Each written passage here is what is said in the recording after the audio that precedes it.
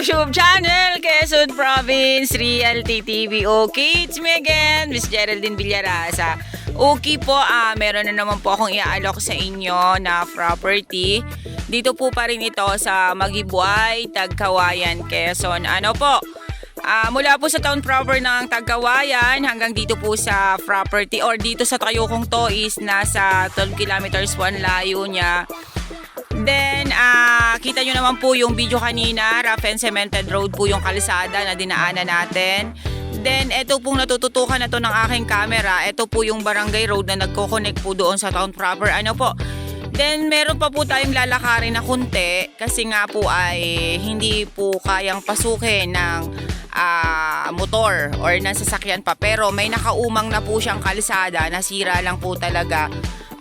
Pagka umuulan, nasisira po yung kalsada. Ano po, kaya medyo hindi po madaanan. Ito pong ibablog ko ngayon ay meron po, malapit po ito doon sa talon or falls na pinaliliguan po dito sa Magibway. Ano po, okay, tara po at lalakarin natin at pupuntahan na natin ang 2.7 hectares ng Tagkawayan, Quezon.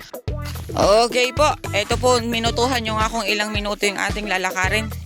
Ito po yung kalsada, ano po, ito po yung barangay road. Noong papunta po dun sa property, ano po, lalakarin po namin. Pwede naman pong pumasok yung motor, nga lang baka po mamaya ay umulan. Baka hindi po kami makaahon papunta dito or makalabas. Kasi hindi pa po talaga siya develop. Pero po itong way na to, papunta po ito doon sa waterfalls na dinarayo po dito sa Magibway or dito sa Tagkawayan, Quezon. Ayan. Napakaganda po ng source of water dito. Sa totoo lang po dito po sa Magibway, napakaganda po dito ng mga gulayan. Lahat po ng kasi yung tubig po dito ay sagana. Halos nandito po ang mga ilog na malalaki. Yung mga bukal nandito po sa barangay na to.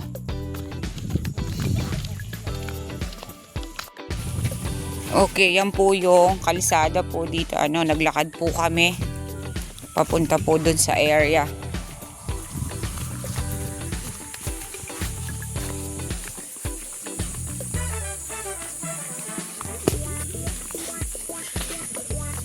Pasok naman po ang sasakyan dito.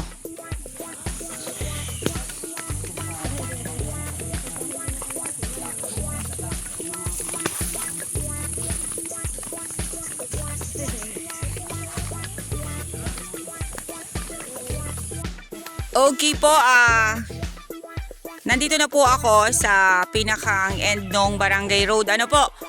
Then yung pong property ay may right of way po siya. Then, sagot na po ni seller yung about sa right of way. Ano po? Okay po, tara po at papasukin natin ang 2.7 hectares ng Magibway, Tagkawayan, Quezon. Okay guys, andito na po ako sa property. Ano po? Tulad po ng binanggit ko sa inyo kanina, may right of way po yung property natin. Nilakad ko po ay nasa 3 minutes ko po yung lakad ko papunta po dito sa property. Ito po ang pinakamaganda na ipapakita ko sa inyo. Ano po? Yung po about sa right of way, si nanay na po ang bahala doon. Ano po? Siya po ang bibili ng right of way papunta po dito sa property. Okay, tara po at papasukin na natin ang 2.7 hectares ng Magibway, Tagkawayan, Quezon. Okay, ayan. Ang end po ng right of way ay ito pong pangpang na ito ng ilog. Ano po? Then, yung pong side na yan pong kabilang yan, yan na po ang area ni nanay. Sa mga buyers na naghahanap po ng ilog na hindi natutuyuan, ito pong ilog na ito ng Magibway ay 100% po ito hindi natutuyo. Kasi dyan po sa babang yan, nandyan po ang talon na pinaliliguan namin na dinarayo po dito sa lugar na to. Ano po? Okay. Medyo hassle lang po kasi nga po ay yung property ay tatawid po ng ilog bago po makarating dyan sa area na yan. Kita nyo naman po yung kabila tatawid po muna ako. Ititigil ko po muna ang pagbibideo ko dahil baka ako ay mga dulas lampa pa naman ang inyong lingkod. Ayan po ang ilog. Ayan. Baba po yan doon sa talon. Nandyan po ang talon sa kabilang side na yan. Hihi! Lamig! Opo na yan yung unang talon dyan, di ba? Opo. Okay po, naliban ko na po ang ilog. Ano po, ayan. Siguro po ay mga ilan di pa yan haya pare koy? 6 na di pa? Okay, mga 6 na di pa po yung lapad nung ilog. Ano po. Then hindi naman po siya makakalkal na.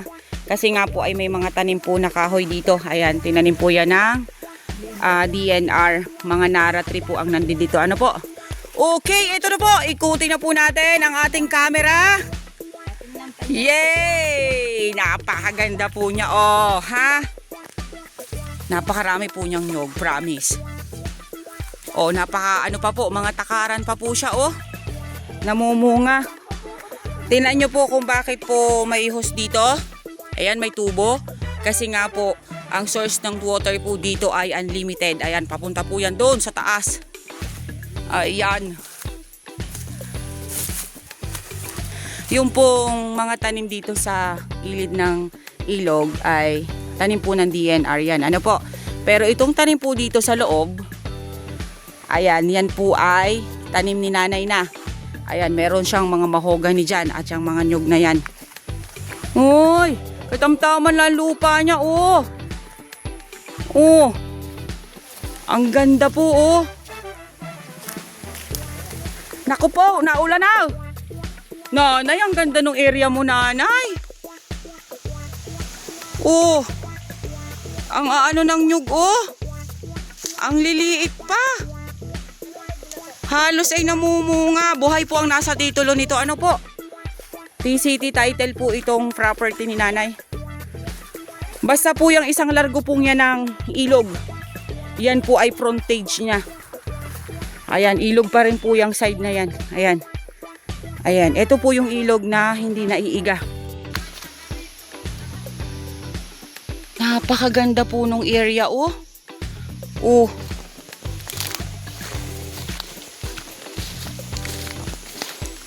Yun nga lang po, ang medyo hassle po dito, ano po, ay yung kalsada po na papasok po dito or papunta po dito sa lugar na ito. Kasi po, hindi pa po develop yung barangay road. Lupa pa po talaga siya. Pero, yun naman po talaga ay nakapropose po yun na kalsada. Kita nyo naman po kanina sa video ko na may nakaukit na po talaga siyang kalsada. Hindi pa lang po naipagpatuloy. Pero last time po yan ay binisita na po ng dating governor. At yan nga po, yung talon po dito sa baba ay gusto pong i-develop. Kumbaga ay papagandahin po yung talon dyan. Kasi yung talon po dyan, yan po ay dinarayo po dito sa amin. Kahit po mga taga-ibang lugar ay dumadayo po dito dahil dyan sa talon na yan. Kasi yung talon na yan ang pinakang malalim. Bali po tatlong bagsak ang waterfalls dyan. Napakaganda po, Yung po mga buyer na kahit po may right of way ay okay lang sa inyo. Ito na po yung property. Kasi sagot naman po ni Nana yung right of way. Ano po? Ayan. Napakaganda po nung area. Yung pong lupa niya ay buhaghag. Dito po talaga kasi sa Magibway, ang mga lupa po dito ay mga buhaghag. Kasi dito po nang gagaling ang karamihan na produkto ng gulay na ibinababa sa bayan dito po sa lugar na to. Kasi dito po sa lugar na to ay malamig. Then malakas nga po ang source of water dito. Ibig sabihin, may katabi itong resort na develop. Okay. Ayan po ang ilog, oh. Ayun pong side na yan, oh. May katabi po siyang nag-ooperate na resort.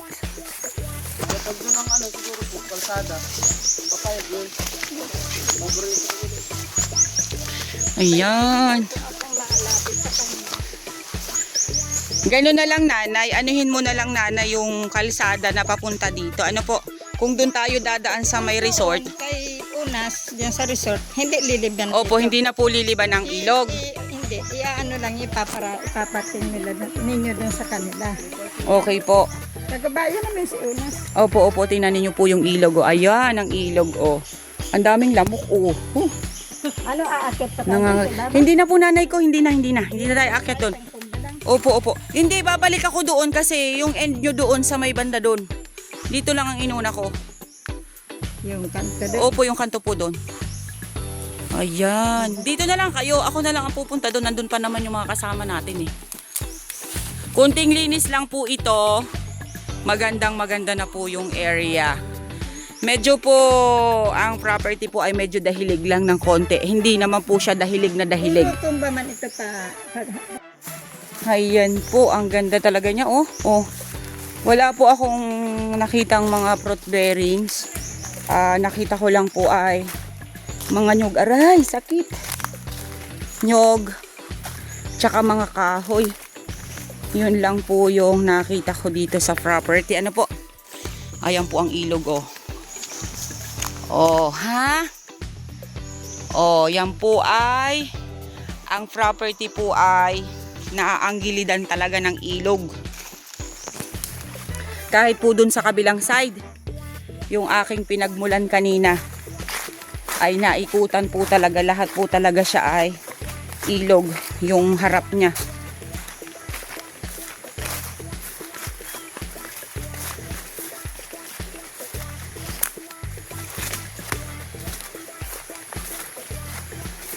Dasik po yung nyug niya. Sa tansya ko po nitong nyug na to ay kulang-kulang po itong 6 na daan. Ayan po ang ilog niya, oh.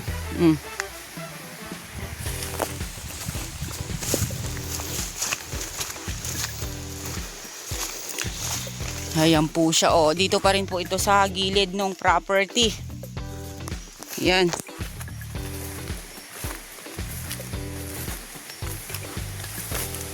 Doon po kasi sa may ginagawa, sa may resort sa kabila, ay may kalsada na po doon kasi yun nga po ay develop na po yung resort na yun doon. Una-unahan lang po nung resort, yun na po yung ito na pong property na to. Kaya may nakaumang na po talaga doong kalsada. Ano po, dito lang po ako dumaan sa kabilang opsyon na kalsada. Pero yun naman po, sabi ko nga po sa inyo, ay hanggang doon pa po yan. Nandyan po yung unang talon o unang bagsak ng talon dyan sa side na yan. Pero hindi na po siya kay nanay. Ano po? Ayan, papaganyan po siya. Ayan. Ang ganda po ng area. Oh. Wala po akong masabi sa nyug talaga. Linis lang po ang kailangan dito. Linis lang po ang kulang. Pero hindi naman po siya ganun karungis. Yung mga kahoy-kahoy gubat lang po ang kailangan po nating maalis. Ano po, ayan po yung mga nyug, oh. Ang bababa pa talaga niya.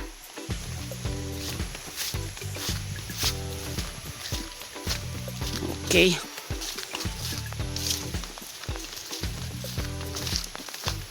Tara na po doon sa ating mga kasama. At baka po tayo abutin ng ulan. Okay, konting pasada pa po tayo. Ayan.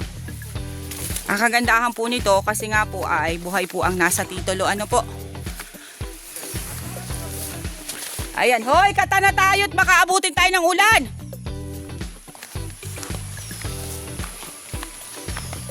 Ayan. Buwagag po yung lupa niya. Ano po? Kaya po maganda po yung kalidad ng lupa. Okay, ayan pa po siya. Tinatabasan nga po nila nanay siya. Ano po? Ayan, papunta po yan dun. Kulang-kulang po siya na 3 hektarya. Ito pong property ni nanay. Ano po? Okay guys, sabihin nyo na po ang property namin. Dito po ito sa Tagkawayan, Quezon. 2.7 hectares. With right of way po siya. Nasa 3 minutes po yung nilakad namin. Pero yun po ay sagot na ni inay. Then, napakarami po niyang nyog. Mga takaran pa po yung nyog niya. May mga saging. Wala po ako nakitang fruit bearings. Ano po? Then, gilid po siya ng ilog ng Magibway. Yung pong dinarayo dito na falls. Dito po sa amin sa Tagkawayan, Quezon. Karugtungan po nung area ni nanay. Ano po yung ilog po na pinakita ko sa inyo ay karugtong po yun nung falls na dinadayo. Then dito naman po sa kabilang side, meron po ditong nag-ooperate na resort. Galing din po sa ilog ang tubig niya. Kaya po itong ilog na ito ay wala po itong pag-iga. Ano po? Okay po yung about po sa price. Ilalagay ko na lang po sa details ko. Then, TCT title. Buhay po sila nanay. Buhay po ang nasa titulo. Then, mula po sa town proper ng Tagkawayan, Quezon, nasa 12 kilometers po ang layo niya. Ano po? Okay po, once again po ako po ulit ang inyong site locator, si Miss Geraldine Villarasa. Muli po ako maglalambing. Pa-like and share po ng aking mga vlog and pa-subscribe na rin po ng aking YouTube channel, Quezon Province Realty TV. Okay po, thank you po for watching! Okay, konti pa pong pasada. Sorry po at natapos ko agad yung vlog ko kanina. Ayan, ito pa po yung sa may gilid ng ilog. Ito po ang ilog. Ayan, ito po yung part na pinakang malalim na ilog. Ano po, nandito po sa part ng property natin.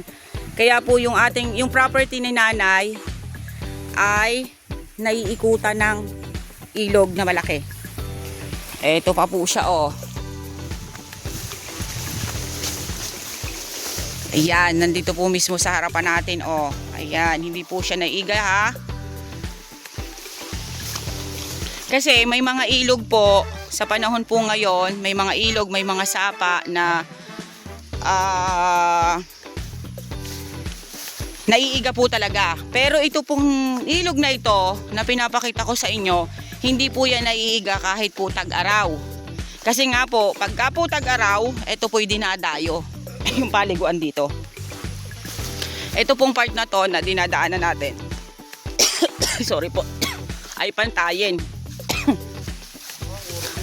Ayan pa rin po yung ilog, oh.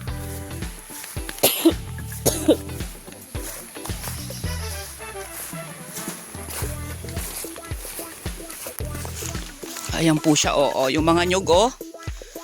Napakababa pa po. Okay po, thank you again.